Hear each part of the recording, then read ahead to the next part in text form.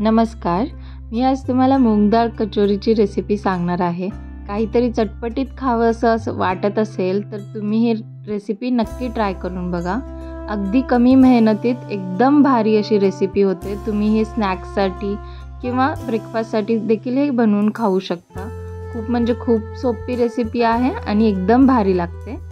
चला तर आपण रेसिपीला सुरुवात करूया। कचोरी बनवण्यासाठी इथे मी अर्धा कप मूग डाळ घेतलेला आहे। आता त्याला आपल्याला पाणी घालून व्यवस्थितपणे धुवून घ्यायचं आहे। 2 ते 3 वेळा डाळ धुवून घ्या आणि त्याच्यानंतर 2 ते 3 तास आपल्याला हे डाळ भिजत ठेवायचं आहे। स्वच्छपणे धुवून घ्या ते डाळ आणि मगच त्याला भिजायला ठेवा। 2 किंवा 3 तास पुरेसे होतात। त्यानंतर आपल्याला इथे मैद्याचा डो बनवून घ्यायचा आहे। इथे मी 2 कप मैदा घेतलेला आहे, थोडंसं मीठ टाकलेलं आहे आणि 3 ते 4 चमचे आपल्याला गरम तेल घालायचं आहे। थंड तेल घालू नका, नाहीतर आपली कचोरी खुसखुशीत नाही होणार। आपल्याला मग नंतर ते व्यवस्थितपणे मिक्स करायचं आहे आणि त्यानंतर आपल्याला याचा आता डो बनवून घ्यायचा आहे। थोडं पाणी टाकून याचा व्यवस्थितपणे आपल्याला डो बनवून घ्यायचा आहे आणि आता ह्याला 30 मिनिट बाजूला ठेवा।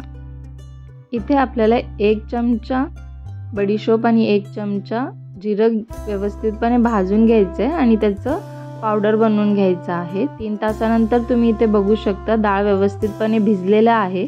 आता आपल्याला त्यातलं पाणी काढून मिक्सरला वाटून घ्यायचं आहे। एकदम बारीक वाटू नका, थोडंसं जाडसरच असलं पाहिजे। आता इथे आपण मसाले घेतलेले आहेत, बडीशोप आणि जिऱ्याचा मसाला, लाल तिखट, हळद, मीठ, आमचूर पावडर, धने पावडर आणि चाट मसाला घेतलेला आहे। कढईमध्ये 2 चमचे तेल घालायचे आहे आणि हे व्यवस्थितपणे आपल्याला सगळे मसाले घालून याला परतून घ्यायचे। खूप मस्त वास येतो मसाले परतत असताना।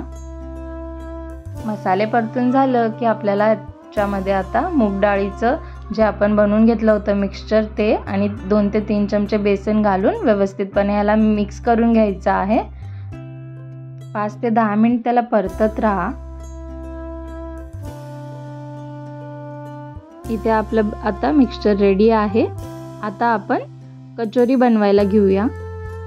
आपल्याला ह्याचे स्मॉल म्हणजे छोटे बॉल्स बनवून घ्यायचे आहेत कचोरी बनवण्यासाठी आणि त्याला आता आपल्याला लाटून घ्यायचे।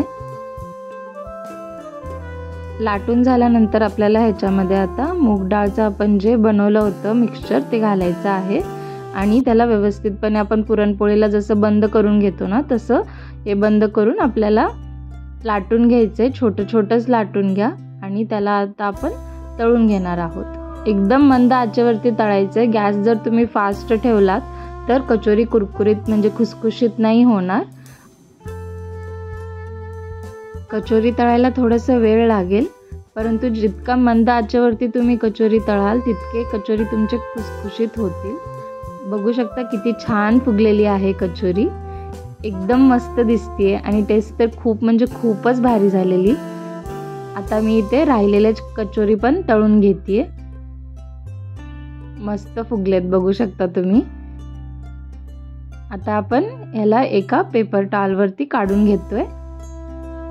बघू शकता किती छान दिसतात कचोरी, अगदी मार्केटमध्ये भेटतात तशीच कचोरी दिसते। आता कचोरी म्हणजे त्याच्यामध्ये चटणी तर हवीच। आता इथे मी 2 चमचे चिंचगुळाची चटणी आणि पुदिन्याची चटणी टाकते। त्याच्यामध्ये कांदा घातलाय, मस्तपैकी शेव घातलंय आणि तळलेल्या मिरच्या देखील ठेवल्यात। किती मस्त दिसते कचोरी बघू शकता, अगदी बाहेर भेटते तसंच वाटतंय। एकदम मस्त आणि चटपटीत लागतं। तुम्ही पण नक्की ट्राय करा, खूप सोपी रेसिपी आहे। व्हिडिओ बघितल्याबद्दल धन्यवाद। व्हिडिओ आवडल्यास व्हिडिओला लाईक करा, शेअर करा आणि कमेंट करा।